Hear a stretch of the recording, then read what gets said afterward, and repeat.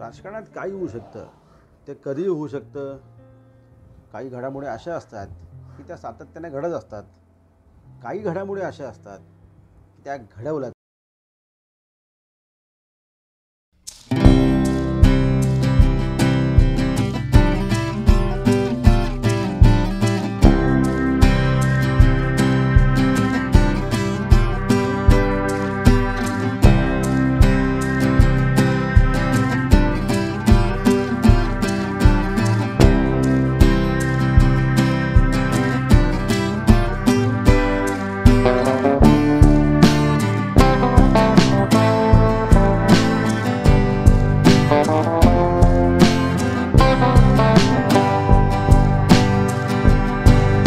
आहे भाऊंचा.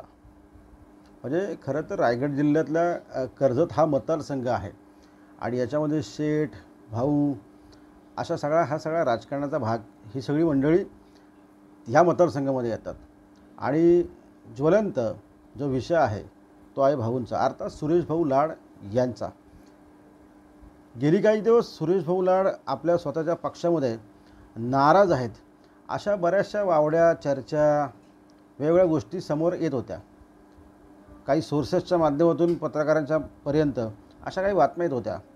परंतु जाहीररित्या राष्ट्रवादीमध्ये याची चर्चा कुठे होत नव्हती आणि तशी चर्चा सुरेश भाऊ लाड यांनी कधी केली नव्हती. मात्र गेल्या 2-3 दिवसात ज्या घडामोडी घडल्यात त्यांनी पूर्णतः कर्जत मतदारसंघ हा पुन्हा एकदा राजकीयदृष्ट्या ढवळून निघाला आहे असंच म्हणावं लागेल. कारण 15 वर्ष सुरेश भाऊ लाड यांनी कर्जत मतदारसंघाचं प्रतिनिधित्व केलं आहे. त्यांनी आमदार म्हणून इथे आपली कामगिरी बजावलेली आहे.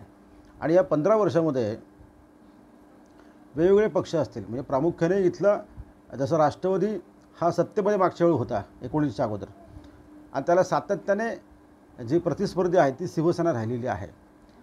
आणि शिवसेनेच्यात अनेक जी काही मंडळी आहेत, जी काही राजकीय प्रतिस्पर्धी शिवसेना आहे राष्ट्रवादीच्या बाबतीतली, तर यांच्यातलीच बरीचशी मंडळी ही भाऊंच्या अवतीभोवती कायमस्वरूपी बघायला मिळत होती.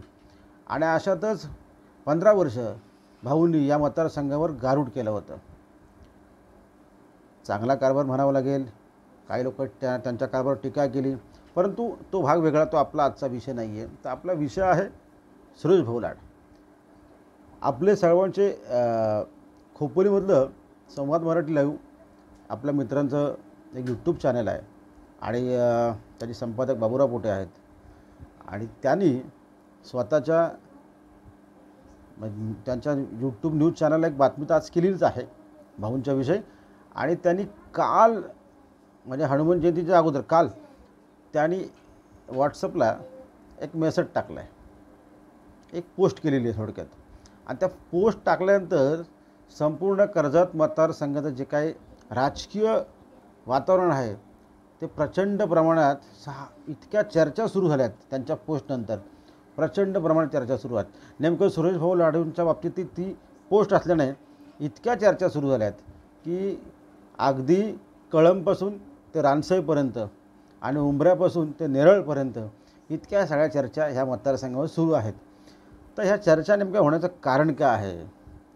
आपल्याला सगळ्यांना कल्पना असेल मित्रांनो की अलीकडे प्रांताध्यक्ष, प्रदेशाध्यक्ष राष्ट्रवादी जयंत पाटील यांचा दौरा रायगड जिल्ह्यामध्ये होता. उरण, पेन, पनवेल, खालापूर, कर्जत या ठिकाणी त्यांचे मेळावे झाले राष्ट्रवादीचे.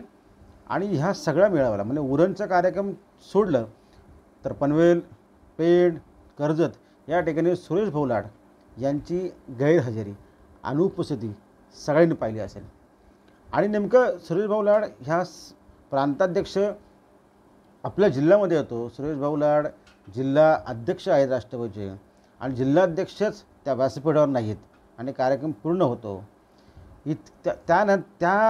त्यावेळीच अनेकांच्या मनात शंका, कुशंका, चर्चा, पाल चुकचुकल्या होत्या.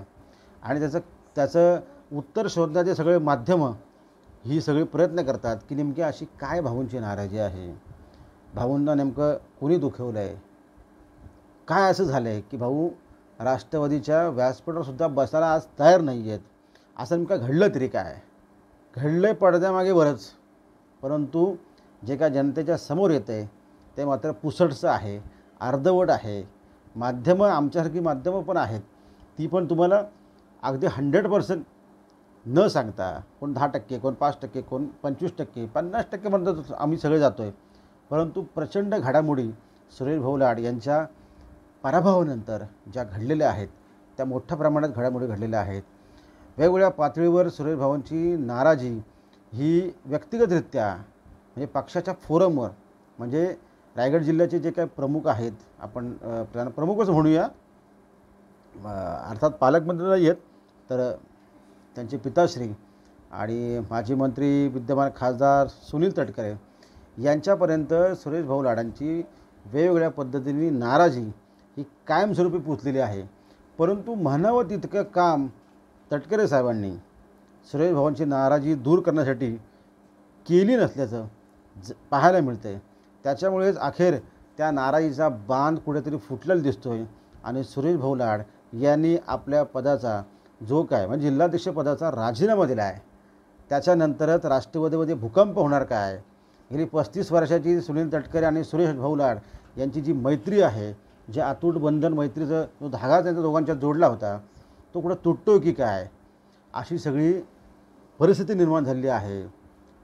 उरणच्या कार्यक्रमानंतर सुरेश भाऊ लाड नॉट रिचेबल झाले होते, कर्जतच्या कार्यक्रमाला ते नव्हतेच.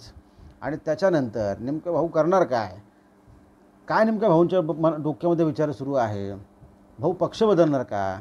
काय राष्ट्रवादी राहून नेमकी त्यांना जे महामंडळ देऊ केलं आहे ते स्वीकारणार? अशा वेगवेगळ्या गोष्टी सगळ्या वावड्या उठल्या होत्या आणि भाऊ आजही बोलायला तयार नाहीत. म्हणजे जाहीररित्या मागच्या वेळी त्यांनी राजीनामा दिल्यानंतर त्यांनी प्रेस घेतली होती, परंतु ह्यावेळी मात्र कुठली प्रेस ते घ्यायला तयार नाही आहेत. नेमकं त्यांच्या मनात असं का आहे? माध्यमांसमोर का येत नाही? पण अजून तरी त्यांनी माध्यमांसमोर आपली जाहीर भूमिका प्रकट केलेली नाही आहे. परंतु आगामी काळात सुरेश भाऊ लाड हे राष्ट्रवादीमध्ये राहतात का, की आपला आगामी राजकीय विचार घेऊन ते नवा कुठला पक्ष स्वीकारतात? स्वतःच्या पक्षाला जय महाराष्ट्र करून ते जय श्रीराम म्हणणार का? अर्थात भाजपमध्ये जाणार का? काही लोक तर असे म्हणतात भाऊ शिवसेनेत आले तर आमचं वेलकम आहे. भाजपमध्येही त्यांचं वेलकम करायला उत्सुक आहेत. कारण सुरेश भाऊ लाड हे 15 वर्ष ह्या मतदारसंघाचे आमदार होते. त्याच्यामुळे त्यांचा जी 15 वर्षाची जी कारकीर्द आहे ती चांगलीच म्हणावी लागेल. वाईट अशी कारकीर्द काय म्हणण्यात काय पॉईंट नाही आहे.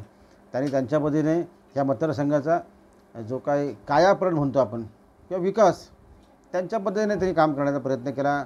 आता विद्यमान आमदार अगदी तो जो मागचा बॅकलॉग होता तो भरून काढण्याचं काम करतात. परंतु भाऊंच्या पराभवानंतर भाऊंनी जो जिव्हारी लागतो पराभव, तसा जिव्हारी त्यांच्या जिव्हाला तो लागलेला पराभव आहे. आणि त्याच्यानंतरच भाऊंनी आत्ता हे जे पाऊल उचललं आहे किंवा ते उचलू पाहतात, त्याला त्यांच्याही पक्षातल्या बऱ्याच लोकांची साथ आहे असंही म्हटलं जातं आहे. साधारणतः म्हणजे आमच्या माहितीनुसार काही बैठका पार पडलेल्या आहेत. भाऊंचे समर्थक जे आहेत कर्जत खालावरमधले, यांच्या काही समर्थकांच्या बैठका पार पडलेल्या आहेत. आणि साधारणतः भाऊंनी जर दुसऱ्या पक्षात जाण्याचा विचार केला, म्हणजे स्वतःच्या पक्षाला जय महाराष्ट्र करून ते जय श्रीराम म्हणजे भाजपमध्ये जाणार किंवा अन्य कुठल्या पक्षामध्ये जाणार, याचा त्यांनी असं काही विचार केला असेल तर भाऊंच्या मागे कर्जत खालापूर या मतदारसंघातली म्हणजे आमच्या अंदाजानुसार 70 ते 80% राष्ट्रवादी नक्कीच जाईल, याच्याविषयी काही दुमत नाही आहे. आणि त्याचा फटका आणि काही लोक एक 5-10%, 10 किंवा 15% लोक ही राष्ट्रवादीमध्ये राहण्याची शक्यता आहे, ज्यांचे थेट संबंध खासदार सुनील तटकरे, पालकमंत्री आदित्य तटकरे, अनिकेत तटकरे यांच्याशी आहेत आणि त्यांचे चांगले संबंध आहेत. अशी मंडळी राहण्याची राष्ट्रवादी शक्यता आहे. खोपोलीमधला काही एखादा गट जो आहे तो राहण्याची शक्यता आहे. खालापूरमधला एक छोटा गट आहे तो राहण्याचा शक्यता आहे. काही कर्जतमधली फादरबॉडीमधली काही मंडळी आहेत ती राहण्याची शक्यता आहे. परंतु उर्वरित मोठ्या संख्येने राष्ट्रवादीच्या कार्यकर्त्यांनी जवळजवळ ह्या गेल्या 2 दिवसात आपली मानसिकता बदललेली आहे असंच पाहायला चित्र मिळतं आहे. आणि भाऊ घेतील ते धोरण, भाऊ बांधतील ते तोरण, अशीच राष्ट्रवादीच्या कार्यकर्त्यांनी भाऊंना गळ घातलेली आहे की भाऊ तुम्ही निर्णय घ्या, आम्ही तुमच्यासोबत आहोत, तुम्ही जय श्रीराम म्हणा, तुम्ही जे काय म्हणाल ते म्हणा, आम्ही तुमच्यासोबत आहोत. अशीच एकूण परिस्थिती भाऊंनी जी काही नाराजीनंतर निर्माण झाली आहे मतदारसंघात आणि ती केली आहे.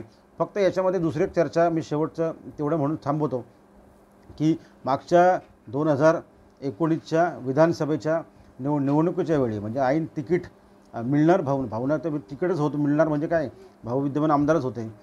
त्याच वेळेला जे आजारी नाट्य झालं त्याच्यानंतर ते एक नाट्य, त्याच्यानंतर अजित पवारांचा दिव्यागरला दौरा होता त्यावेळी भाऊंनी जिल्हाध्यक्षपदाचा राजीनामा दिला, ते एक नाट्य. आणि आत्ताचं हे भाऊंनी राजीनामा जे देऊन टाकलेलं आहे हे नाट्य, असे 3 ॲटम भाऊंनी आत्तापर्यंत केलेले आहेत. आता भाऊनी म्हणजे जो गाडीचा गेअर आहे तो टाकलेला आहे, आता तो गाडी पुढे चाललेली आहे असंच म्हणावं लागेल. आता हा गेअर गाडी पुढे जाते की भाऊ पुन्हा एकदा ब्रेक घेतात आणि आपली गाडी रिव्हर्स टाकतात हेच बघायला लागेल. परंतु आजच्या घडीला आमची माहिती अशी आहे की भाऊ रिव्हर्स गेअर टाकण्याच्या मनस्थितीत नाही आहेत. भाऊंनी आपला मार्ग जवळजवळ निवडलेला आहे अशीच खात्रीशीर माहिती आहे. अर्थात ही सगळी माहिती आहे, परंतु नेमकं भाऊ आगामी येणाऱ्या 2-4 दिवसात नेमकं कुठलं पाऊल उचलतात, काय धोरण तोरणं बांधतात हेच आम्हाला सगळ्यांना पाहावं लागेल. परंतु भाऊंच्या राजीनाम्याच्या नाट्यानंतर कर्जत खालार मतदारसंघामध्ये आगामी काळात होऊ घातलेलं प्रचंड राजकारण ह्या मतदारसंघात गेल्या 2-3 दिवसात सुरू आहे आणि ते पाहायला मिळतं आहे. यातून नेमकं काय घडणार आहे ते आगामी काळात नक्की दिसेल. आज इथपर्यंत थांबतो, तुर्तास इथं थांबूया. पाहत राहा सह्याद्री दर्पण.